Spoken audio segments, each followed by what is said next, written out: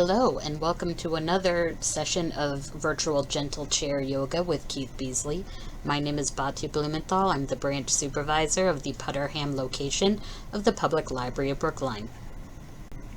Virtual gentle chair yoga with Keith Beasley is sponsored by the Friends of the Brookline Public Library, who sponsor this program and programs like it.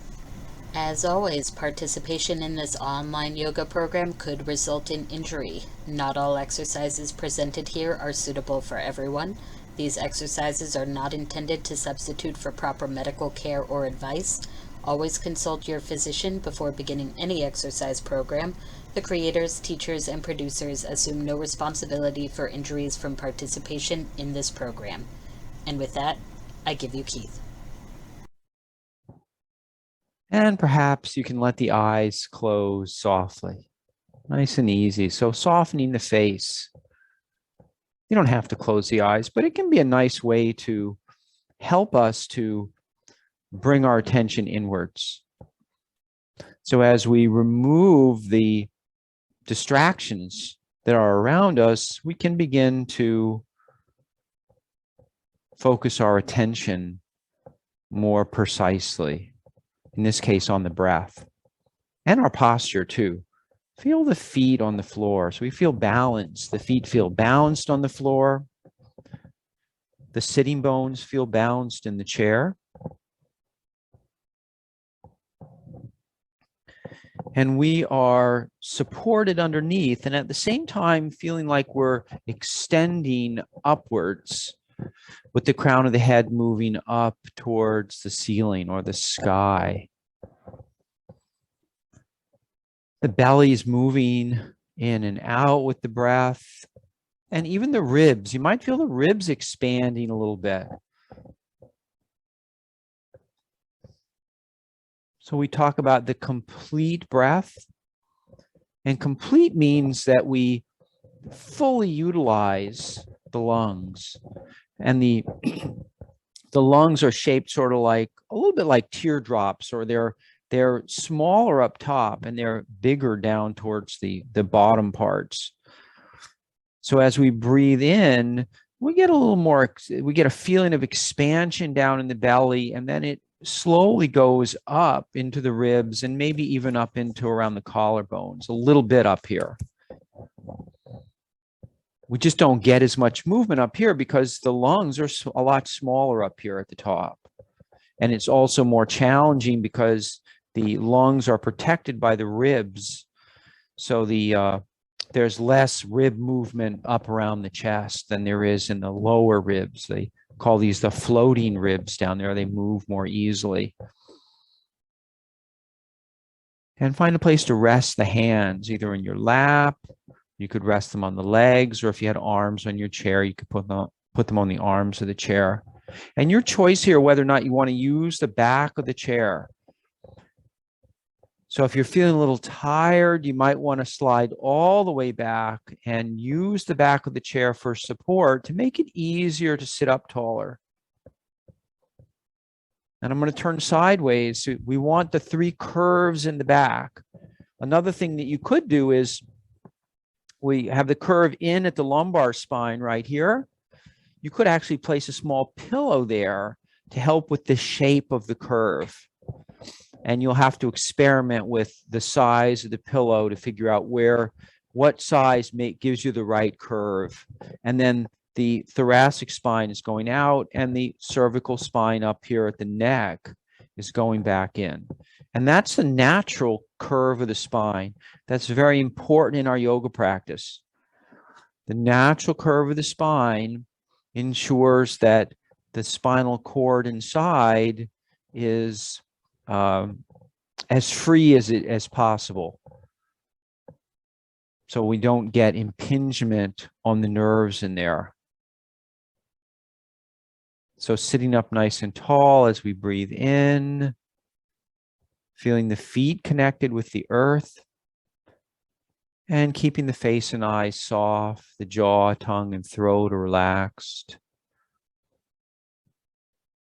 perhaps thinking a little bit more about effort here than ease. We talk about balancing ease and effort. So let the balance of effort go a little past 50% here when you're breathing and sitting up tall.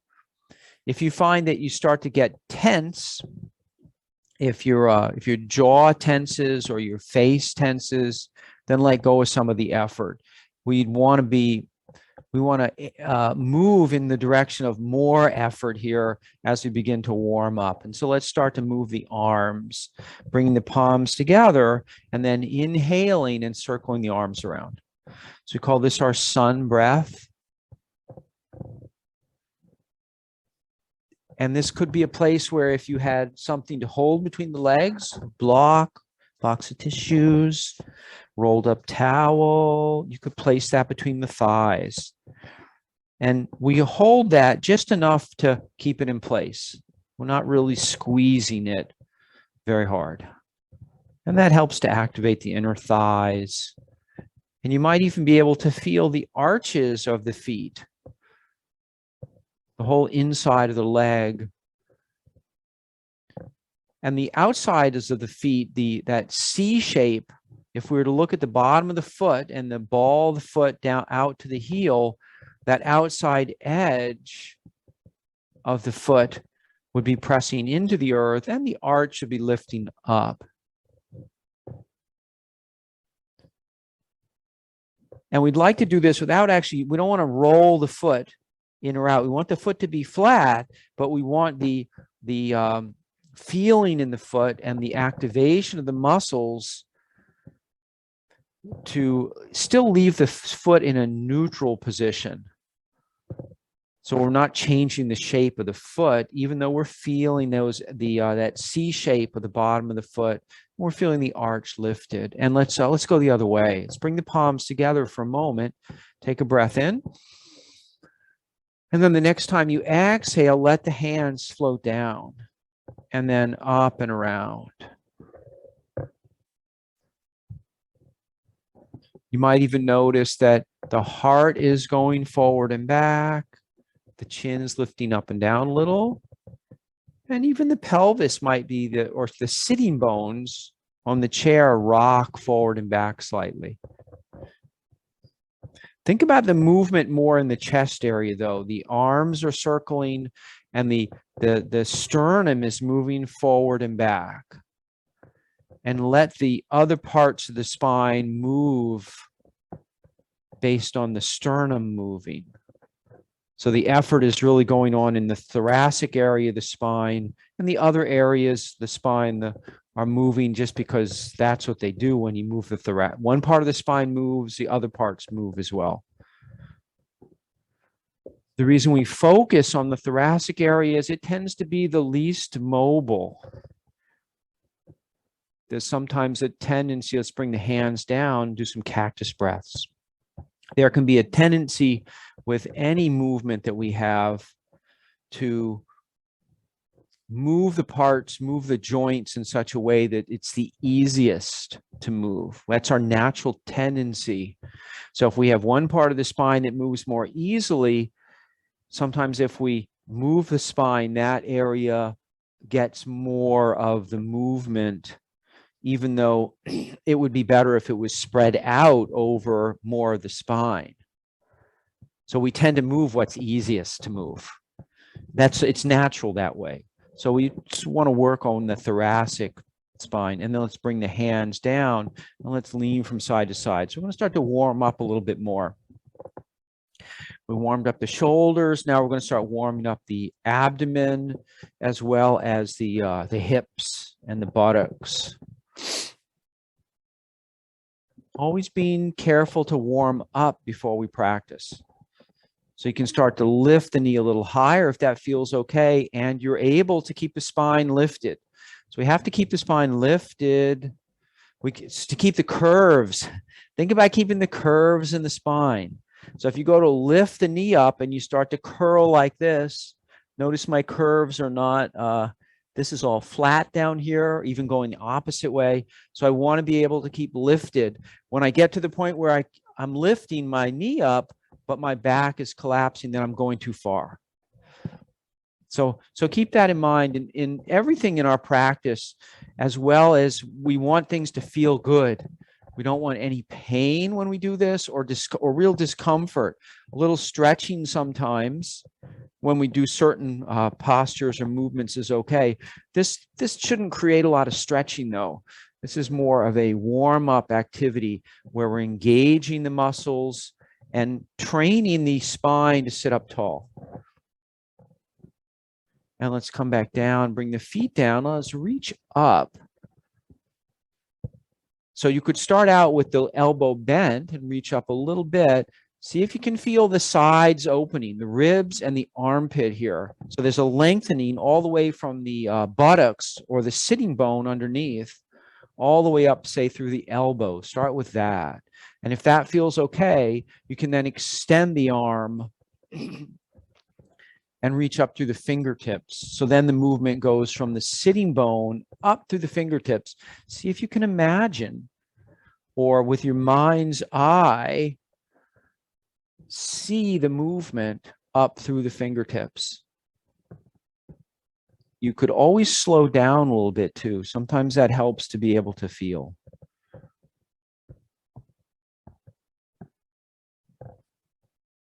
And notice how the movement up is really the first thing, and then there's a little bit to the side. And if that feels comfortable, we go up first and then a little bit to the side.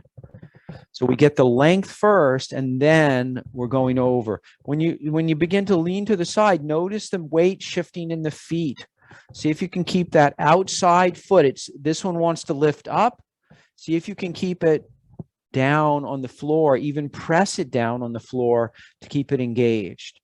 So now we're reaching up from the foot all the way up through the fingertips.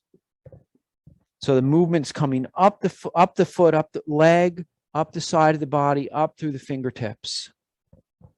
And you could add the breath too. It's nice to sometimes breathe, inhaling up and exhaling down.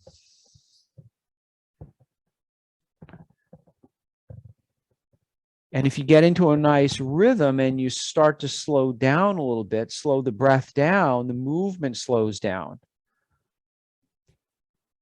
And it becomes really like a meditation. And that really is, when we practice hatha yoga, it really is, hatha is the physical part of yoga, the postures and the breathing. It really is this connection between the physical body and the mind. And let's bring the arms down. And let's do some cactus breaths. This time we can add our hugging. So we're inhaling and then hugging. So you can start small too. You can always start down around the elbows, and then work your way up the arms, and then even work your way to the shoulders.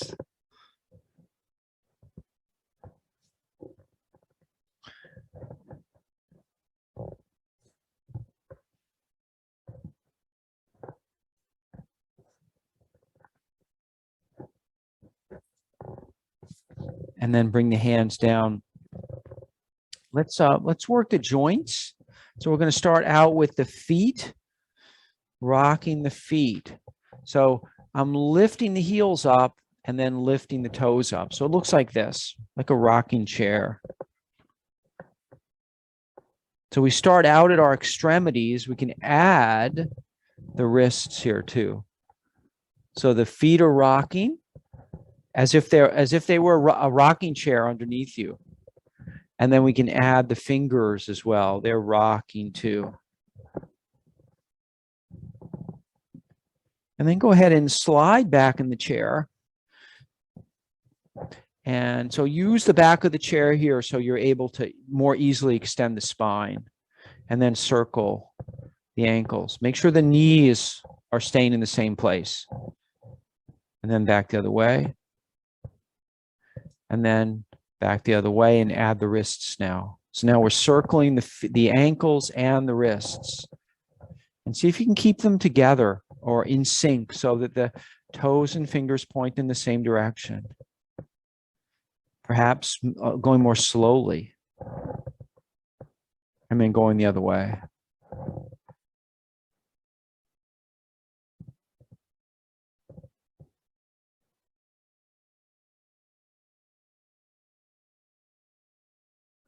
And then we're going to point and then flex. So this looks like in ballet, if you see, I think it's called a pointing in ballet. Ballet is not really my thing. And then, so I'm pointing the fingers down and the toes. So I'm working on this flexion and extension of the wrist joint and the ankle joint right here. So the wrist is this where it bends, and the same thing with the ankle. So sometimes we lose flexibility there. I'm not forcing anything. I want to make it so that it feels comfortable and easy to move in this direction, back and forth.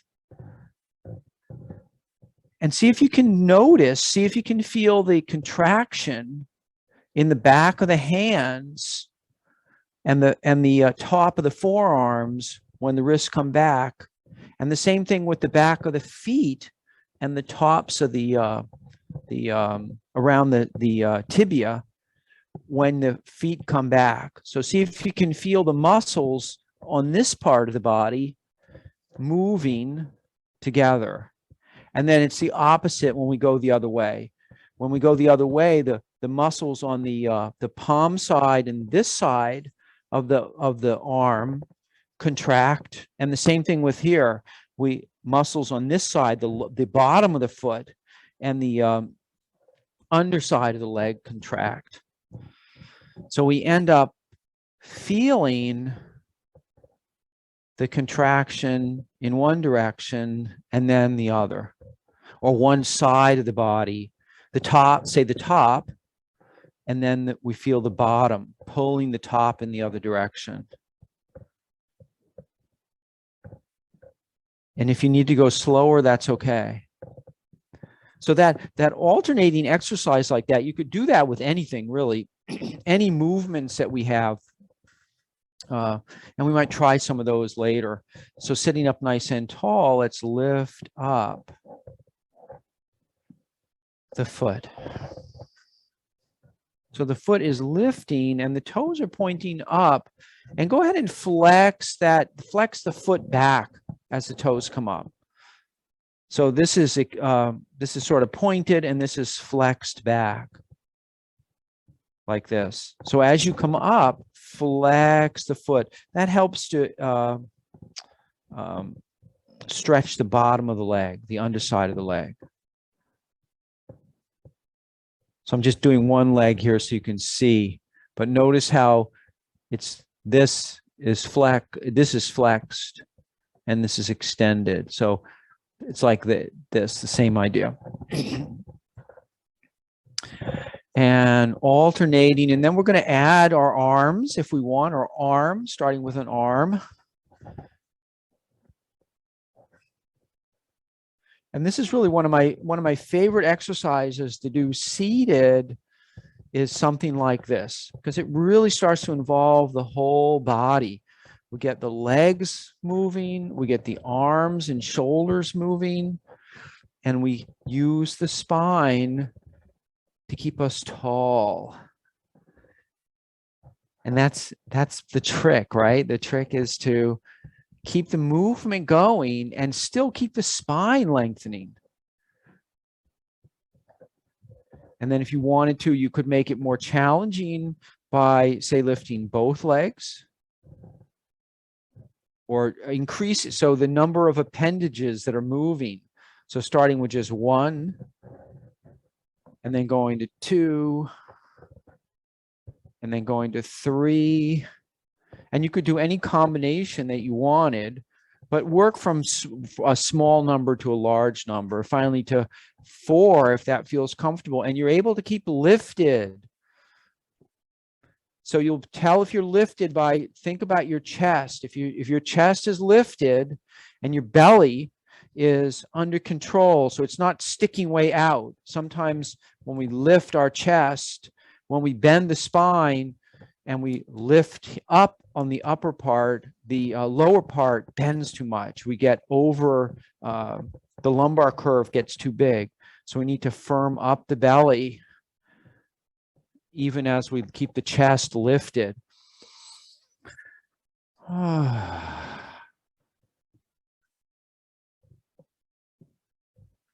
So find a good spot for you to work, depending on how your core is and how you're able to extend the number of appendages. And then coming back down, let's slide forward in the chair and we'll do some circles.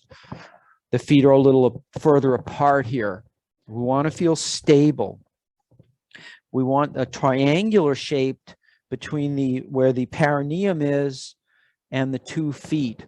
You could even move your feet out a little bit if you need to, or they could be right under, but sometimes moving them out, especially if you're leaning a lot forward, makes it so it feels more stable. And that's what we're looking for, is stability here. So keep circling and keep the spine lifted. Notice where the heart is. Is the heart lifted up? Is the belly engaged? That's what we look for. And let's go the other way. The shoulders are relaxed.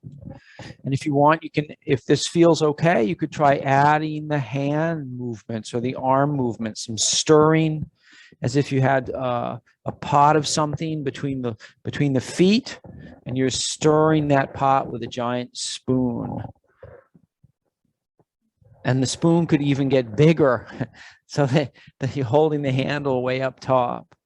Still keeping the spine lifted.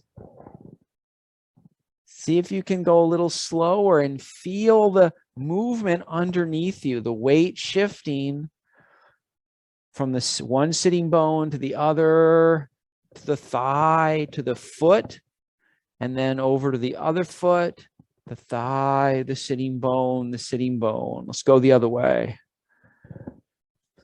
And if at any time you feel strained, or if there's any pain, especially in the back or the shoulders, bring the arms down, make the circles smaller.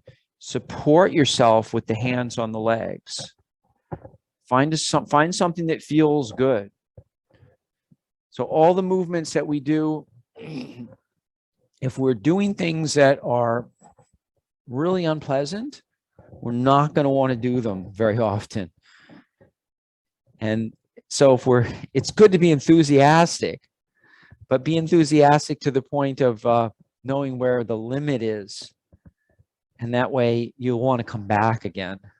And sitting up nice and tall, let's lean from side to side. And this time lean without lifting the foot up. Lean over and then feel the weight shifting from one buttock to the other, one sitting bone to the other, keeping that opposite foot down. Keep the opposite foot down. Don't let it lift up.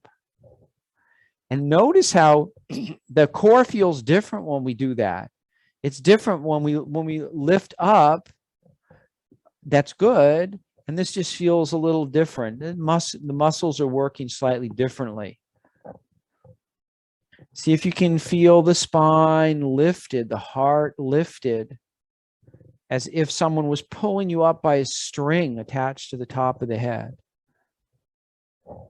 And then coming back and coming right to the center.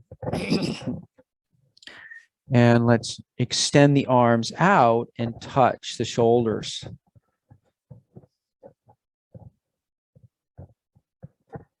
And then as you begin to lift the elbows, keep bending the arms the same way. So the arms are still touching the shoulders, but notice the elbows get higher. Only go so high that the shoulders feel comfortable. So if the shoulders feel all stuck, then you know that's your limit. Go even backwards a little bit. And then you may find that you're touching the tops of the shoulders, and then we're going to start to come back down by slowly lowering the elbows. And this reminds me of when you want to jack your car up and you go like this on the jack and the car goes up like that. It kind of reminds me of that. So we work our way slowly down now. And so now the backs of the hands are touching the knees. And sitting up nice and tall. Let's do the neck. Lifting the chin up. As you lift the chin up, go ahead and lift the heart up. Lift the heart up and roll the shoulders back. And then release the chin down.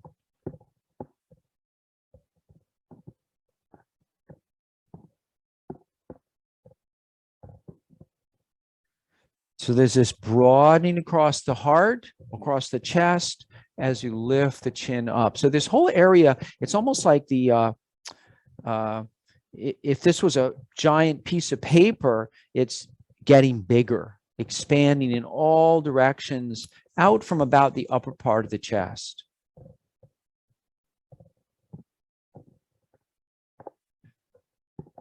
And now focus a little bit more with releasing the chin down. And now things are rolling forward. The shoulders are rolling forward. It's almost like now there's a little bowl here in the upper part of the chest. And then the bowl flattens into a plate and then it goes the other way. Almost like the bowl turns the other way. But you might not get as much bowl shape with the heart lifted as you do with the shoulders coming forward. And remembering that we want to find ease of movement here, balancing ease and effort. So there's some effort to lift the heart, and then the heart moves forward, and we balance that with some ease so that things open, so that things happen and release without forcing, like we're guiding them or inviting them. And sitting up nice and tall. Take a couple of breaths. And now let's tip the head.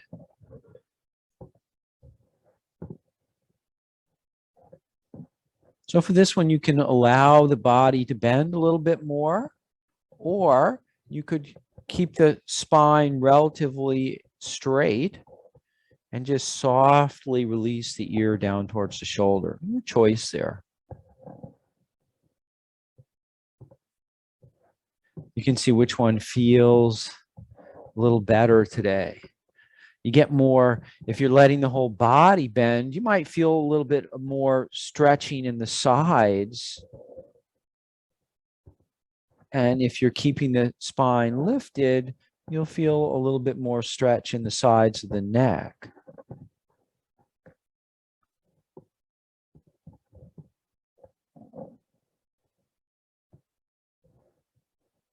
One of the things that can be fun about yoga is that we can experiment and we can try. Those things are really similar. We just change one small thing and the experience changes. Especially if we really focus in so that we're feeling what's happening, which ideally we're doing our whole practice. And then turning, just swishing the nose back and forth.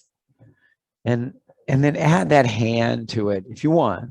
And then have some gracefulness in the hand. So the nose is following the hand here. And now switch hands. You might even notice that there's some movement going on in the shoulder blades from side to side. The thoracic spine here is doing more moving than say down at the lumbar spine. So I'm feeling the movement up in this part of the spine from the neck down to say the navel. And now let's go the opposite way with the hand. So I'm going to turn, I gracefully turn the head in one direction and the hand is going in the other. The gracefulness is important here because it really begins to make the movement flow with some ease. And see if you can align it so that the hand and the head meet in the middle, and then they go past each other.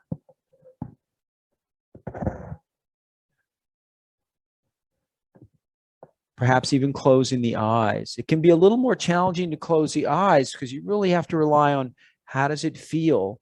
The hand gets to one side and then it gets to the other side as well as the nose. And try the other hand now.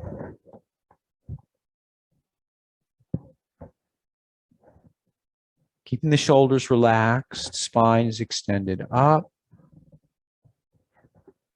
The jaw and the tongue are soft.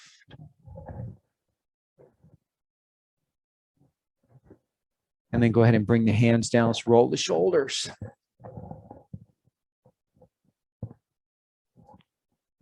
And then roll them the other way. And then roll one shoulder. And the other. Begin to let the, you can let the hands slide on the legs back and forth. So there's not really much weight on the hands. It's just the arms are just hanging there. But as I move the shoulder, I'm letting the hand slide forward. You can even start to feel the belly turning. So more of the turning is happening down here around the navel. Let's go the other way. We're going to add our swimming, our backstroke here.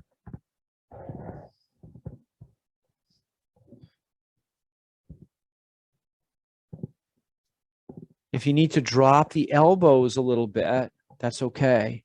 We want to keep the shoulders relaxed. So if you were to do a backstroke like this, but your shoulders bother you, then drop the elbows. So when you go back, there's some ease here.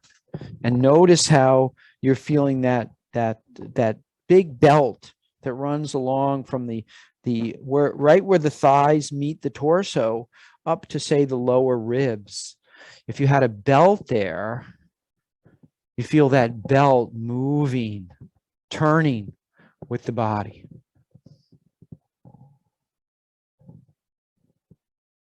And then let's go the other way. We're reaching forward and across. And now you can start to even turn the head slightly.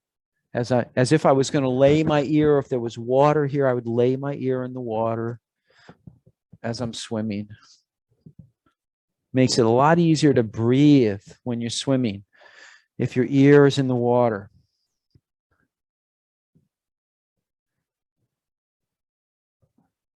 And again, keeping the elbows bent if your shoulders need it.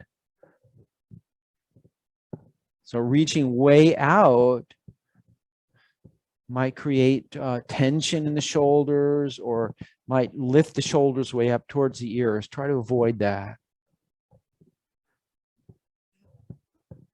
And sitting up nice and tall, always adjusting our movement to our own body. Sitting up tall, take a breath, do some cactus breaths here. Inhale, exhale. Inhale, exhale. So I'd like to do eagle pose. So eagle pose, we're going to sit up in mountain pose. And with eagle, you can do the arms as well, the arms and the legs if you want. So legs can be, so we'll start with the right leg over the left. You can do the ankle. You could do if this is accessible for you, you could do the right knee over the left knee like this. Or you could leave the legs like this. So your choice. This is, say, 1, step 2, step 3. So don't sacrifice your hip joints to do step 3. So I'm just going to cross the ankle today. And so it's right over left. And then the other part of eagle is the other side, left over right. Elbow in the crook of the other elbow, starting with an X shape like this. So I take this arm, the left arm, and cross it over the right. Make an X right out in front and sit up nice and tall. And see how that feels. It's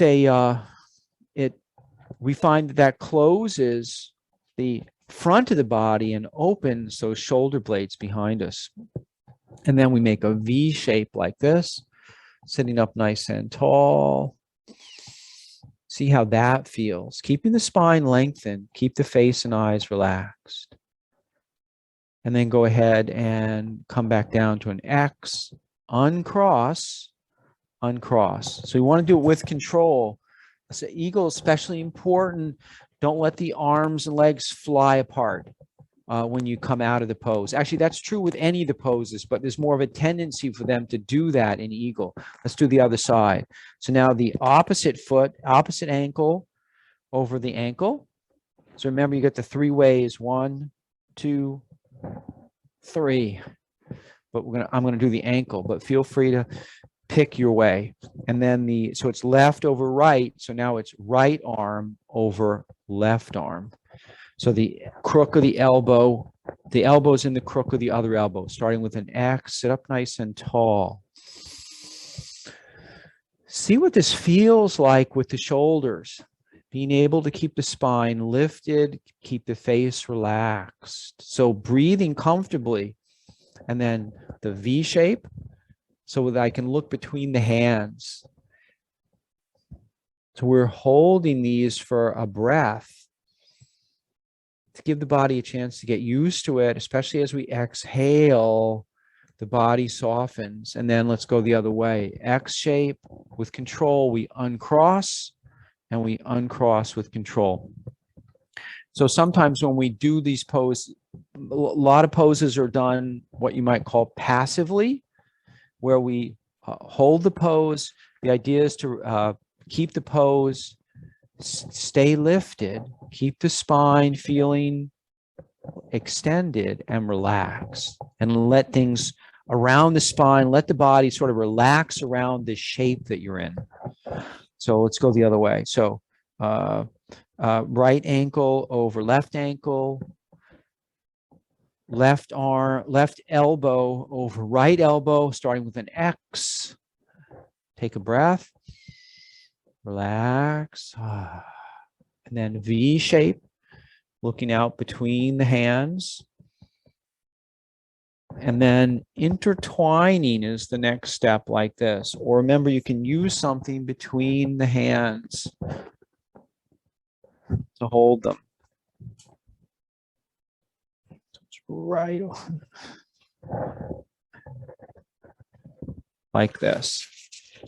Doesn't have to be one of these things. It could be a towel or even a piece of cloth.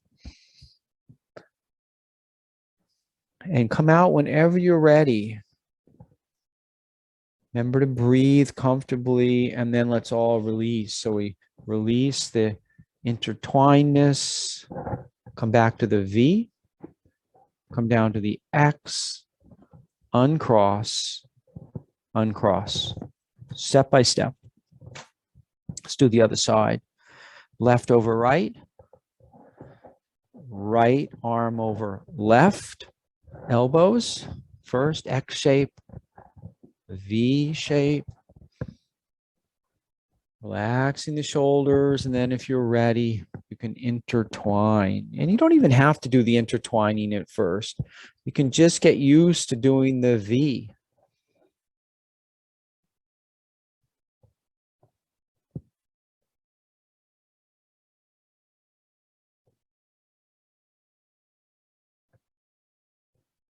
And then whenever you're ready, with control, you can release, come back to the V, come back to the X, uncross, and uncross.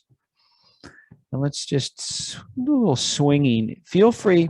So you don't have to, but I'm going to stand up and swing my arms. So you have a choice here. You can stay seated and swing the arms, or you can stand up. Standing up is always a nice thing to do if you're seated for a period of time. Even just to stand up for a minute. But especially if you're, say, at the computer, standing up every 15 minutes is a great way. It just changes the shape of the spine. And that means that it's things function better. They move better. You don't get as stiff. And then coming back down, let's sit back down and sit up nice and tall. We're going to do tree pose. So we're going to do a balance pose next. So that was eagle pose. So a tree pose will give our eagle a place to sit. So sitting up nice and tall, mountain pose first, and then stepping that foot out. Thinking about the weight being more on this side of the body, the one where we haven't moved that foot. You could even try lifting the other foot up a couple of times. Just the feet, just the toes off the floor. And feel how the weight wants to move this way, but keep it on this other side. Keep the firmness in the foot and the buttocks. And then you can bring the sole of the foot on the inside of the chair leg. Of course, you're welcome to do this standing if you know it. If you know tree pose standing, feel free. Sitting up tall, getting length in the spine first, and then we can add the arms. Either prayer position like this, shoulders relaxed. We can extend the arms, lengthening out through the fingertips, opening the chest and heart. You could even bring the hands above. Making sure that the breath is moving in and out freely.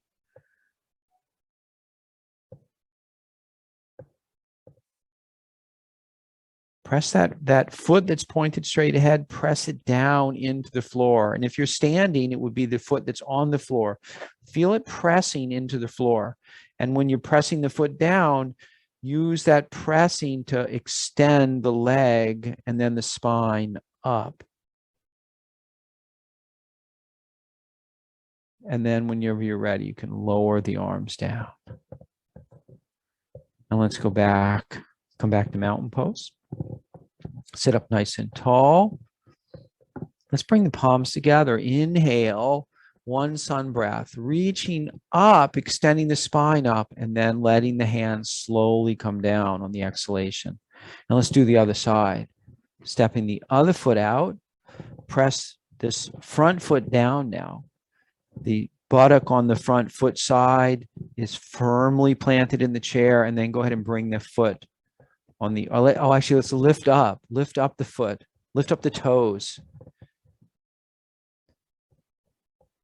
And you might notice that the shape isn't exactly the same on one side. Sometimes the legs open more easily, or we're able to engage and support the lack of the foot. When I have my foot off, it's harder to lift and extend the spine. So don't expect it to feel exactly the same. At least mine doesn't. And then go ahead and bring the foot on the inside of the chair leg, and then you can add your arms however you want. So our bodies are perfectly imperfect. And then however you want, you can do your arms. Prayer position, arms extended, arms open and wide, or even above the head. Or you could do each one like I just did. It's your choice. Make sure if you're going to touch over the head, though, that the shoulders feel okay. If the shoulders are stuck up at the ears uncomfortably, then go back to this position. And of course, you could also work with the elbows bent like this. That might help with the shoulders if your shoulders bother you. Of course, the most important thing is to just keep breathing. Breathing, extending the spine. Lengthen, lengthen, lengthen, lengthen, lengthen the spine as you breathe in. And then whenever you're ready, you can come back down. And then come back. And sit up nice and tall. And take a couple of breaths. So let the breath come back to normal. Go back to some ease.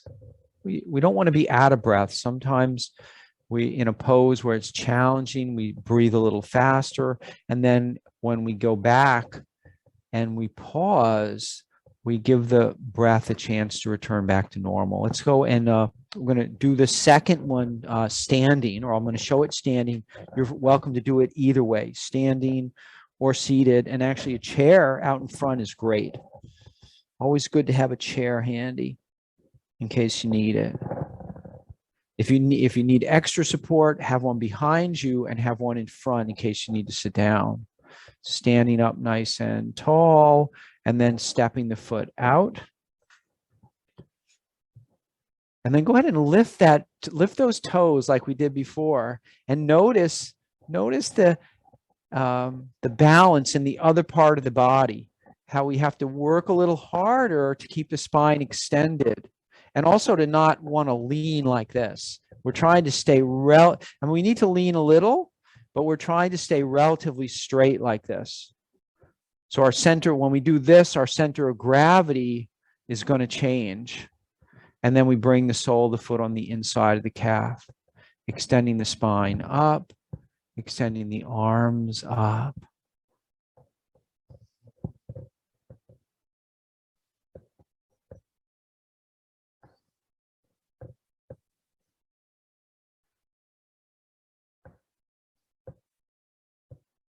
So we're still lifting and extending. Find that drishti point, something you can concentrate your focus, your attention on to keep from wobbling. Always pick something that will not move. Pick something that will not move. And then go ahead and lower down and come back. Let's swing the arms. Never pick another person for your drishti point, because sometimes they move. And swinging the arms. So keeping the knees a little bit springy here, a little bend in the knees, spring in the knees. So more spring than bend. And then go ahead and stand up nice and tall, and we'll do the other side. So mountain pose first, and then step that other foot out, extend the spine up, and bring the sole of the foot on the inside of the calf. Find that drishti point now. Focus your attention there, and then add the arms however you want. Remember to keep breathing. Keep breathing. Thinking about extending the spine, or lightness. Think about lightness in the spine so that the shoulders feel light. The face feels light. The head feels light on top of the shoulders.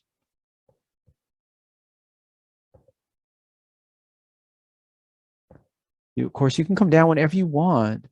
You could even come down and come back up if you wanted. And then go ahead whenever you're ready and come on back down. And let's swing the arms again.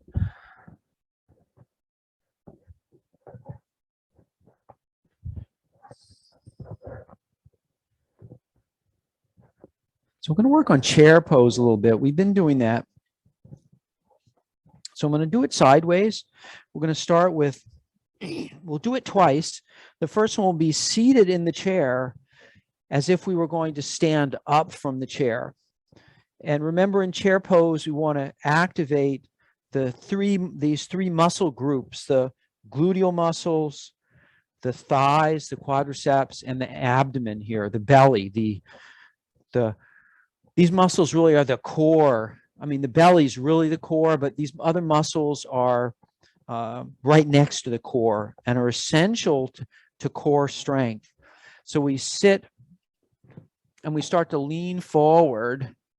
So the weight comes over the feet, and we lift off. So we lift off. So we're doing this with control, nice and easy, and also coming down nice and easy. Try not to bounce off or bang down. And if you want, if that feels okay, you can begin to go a little further until you stand up. And then go ahead and begin again by sitting down.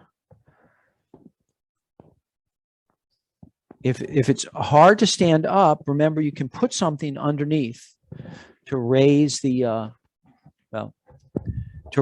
chair up, and that'll make it easier, not as challenging to stand up. And then as you get stronger, you can remove those things.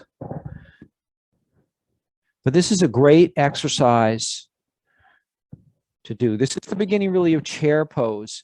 So if we were doing chair pose in yoga, we would potentially be like this. Notice it's a sort of a snapshot of standing up. It's as if I just stood up out of the chair. So try that a couple more times. If you need to rest, just take a little rest. Keeping the balance in the feet, though. Make sure that the left and the right side feel in balance. One side is probably, it's more challenging to get it to work. So you might need to give a little more effort to that side. Coming back to mountain pose each time too. And actually, so I'm seated mountain pose. I stand up, I'm engaging all these three muscle groups, and I'm coming to mountain pose standing. And now we're going to do it the other way. So chair pose in yoga would be as if we were going to sit down in a chair, but we're not going to go all the way down. I mean, we could, but we're going to start out with just beginning to as if we were going to sit. So we're keeping the knees underneath the hips, toes are pointed straight ahead, so feet are straight ahead. And I want to keep the knees stable. You could use a block for that if you wanted, between the thighs like this, so that we have good alignment here in the legs. So when I come down, the knees aren't splaying out or going in. But you don't have to use a block, but keep the knees on track. So I start out with just a slight bend, so engaging the gluteal muscles, pulling the belly in, and the thighs. So notice it's a small movement first. I just start to sit down. There's a slight bend in the knees. I want to keep the knees so they don't go past the toes too. So I don't want the knees to go like this, way forward like this. And I also don't want any pain in the lower back. So in the beginning, you might only get a little bit of movement. If you start to get any pain in the lower back or discomfort in the lower back, then you're going down too far. It's really important. And also pain in the knees. If you keep the gluteal muscles turned on and the abdomen turned on, it can sometimes help with the knees. So the stability here in the core of the body can help with the comfort in the knees. And if you're comfortable with this, of course, you can go down a little further too. You could put the hands out for balance if you wanted. So they would float out as you begin to sit down. And the weight is tending to move into the heels a little bit. So it's very good to have a chair behind you, have a place to sit down, just in case.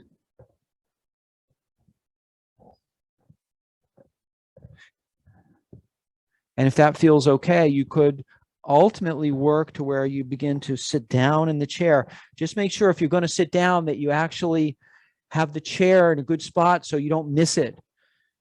So use your hands to make sure that you're going to land in the chair. And then eventually you could be going up and down in chair pose. So the first one that we did was going up. And then the second one that we do is going down.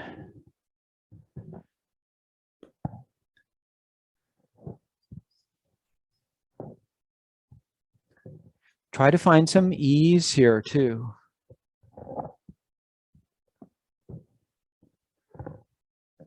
And putting something on your chair to lift you up is a great way to practice this too, especially if you find that you're getting any pain or discomfort in the knees or the back. We make it so that by raising the height of the chair. And this is just a couple of blankets together. Makes it much easier to stand up and also to sit down, because there's not nearly as much distance to cover, and my knees don't have to bend as much. So let's all come back to mountain pose. And let's sit up nice and tall and lean from side to side. So I'm going to lean, and this time I'm going to lift the knees a little bit, keeping the spine lengthened. Maybe a sigh. So we're going to start to warm down here.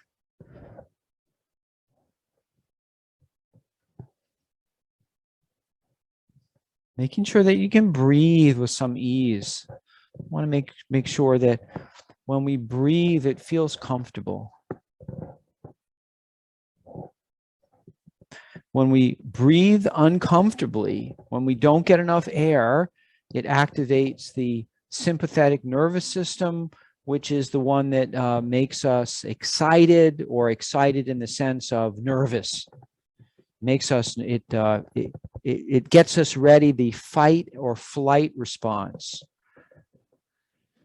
And we'd like to avoid that in our yoga class. We'd like it to be a peaceful, calm, relaxing, but engaging experience. And sitting up nice and tall, let's add a few sun breaths. Circling.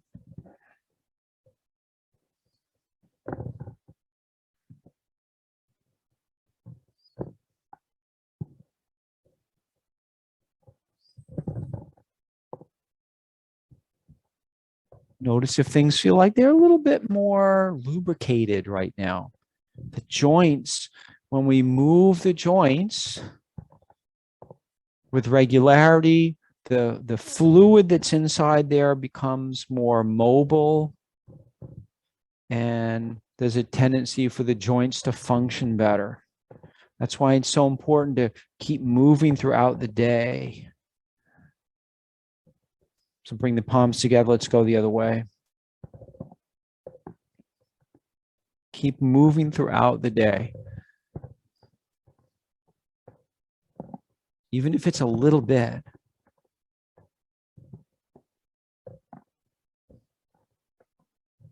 Especially try to avoid sitting all day. And then sit up nice and tall. Go ahead and settle into your final relaxation. Whatever's most comfortable.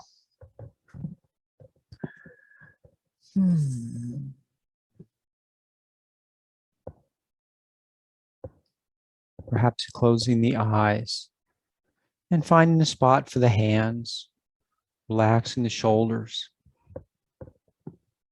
softening the face and eyes,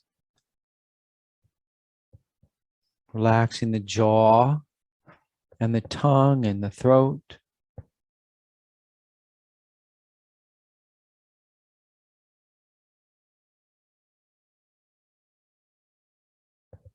Releasing the shoulders, the shoulder blades, the arms and hands and fingers. So it's as if a wave of relaxation is going from the top of the body, from the top of the head, all the way down to the feet. Relaxing the ribs, the front ribs, the back ribs. Softening the belly. Relaxing the middle and the lower back.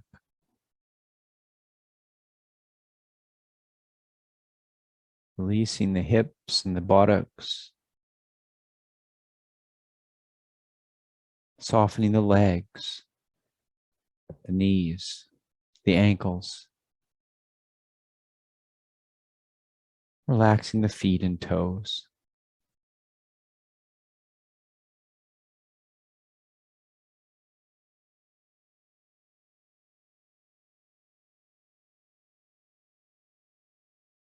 With each exhalation, the body relaxes a little bit more.